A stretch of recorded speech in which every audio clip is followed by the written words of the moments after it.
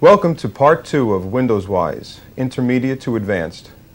This tape was designed for computer users that have basic knowledge on how Microsoft Windows operates. If you viewed our WindowsWise Beginners tape, or if you understand the basic concepts of Windows, including drag and drop, word processing, saving and printing documents, and installing a Windows application, as well as some of the other accessories that comes with Windows, you'll now be ready for more advanced issues. I'll be showing you how to use the recorder, OLE, Object Packager, and much more. As you're going through this tape, there may be some sections that seem irrelevant to your specific needs, but I suggest that you invest the time to sit through and watch everything on this tape.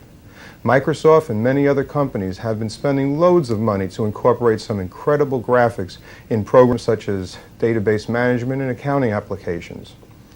Within a short time, companies will be running software that will automatically bring up a picture of a person when viewing an employee profile, or you'll be able to shop at home via modem and not only read a description on a particular product, but also be able to see a color graphic picture of an item, as well as animation and sound. I'll be showing you the applications that come with Windows 3.1 for a good introduction to graphics and object linking and embedding.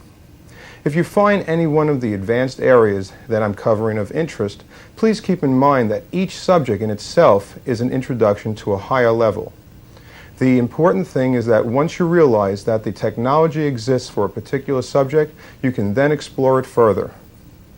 I'm sure you'll enjoy this tape, and thanks again for purchasing this product.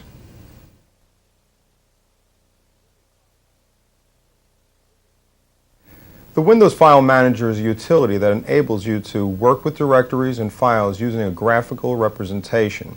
If a user is familiar with the DOS file system, grasping the way File Manager works should be very easy, and because it's graphical, it can perform some actions in a much smoother manner.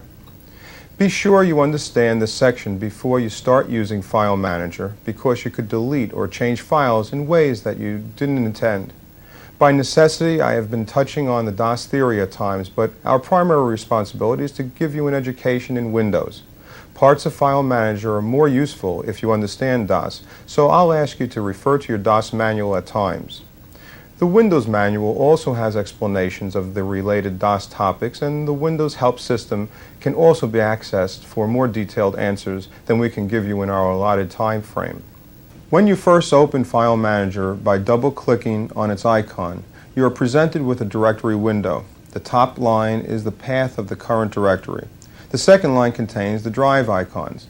You choose the disk drive you'll be working with by double-clicking on the drive icon. A directory is represented by a file folder with the current directory depicted as an open folder.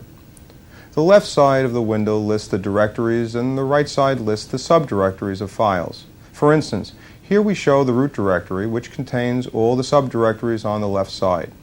On the right side, it lists the same subdirectories and also the files contained in the root directory. This may seem to be a little confusing using the root directory as an example because it gives the appearance of a lot of duplication. But click on a regular application directory and you can see its subdirectories and files very clearly. To select one file, click on it once and it becomes highlighted. To select a range of consecutively listed files, click on the first one. Then move the mouse cursor to the last one using the scroll bar if necessary. Press and hold down the Shift key and click on the last file. The entire range of selected files will be highlighted.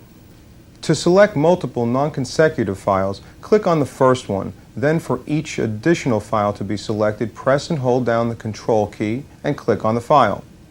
Repeat this step as many times as necessary to complete your selection process.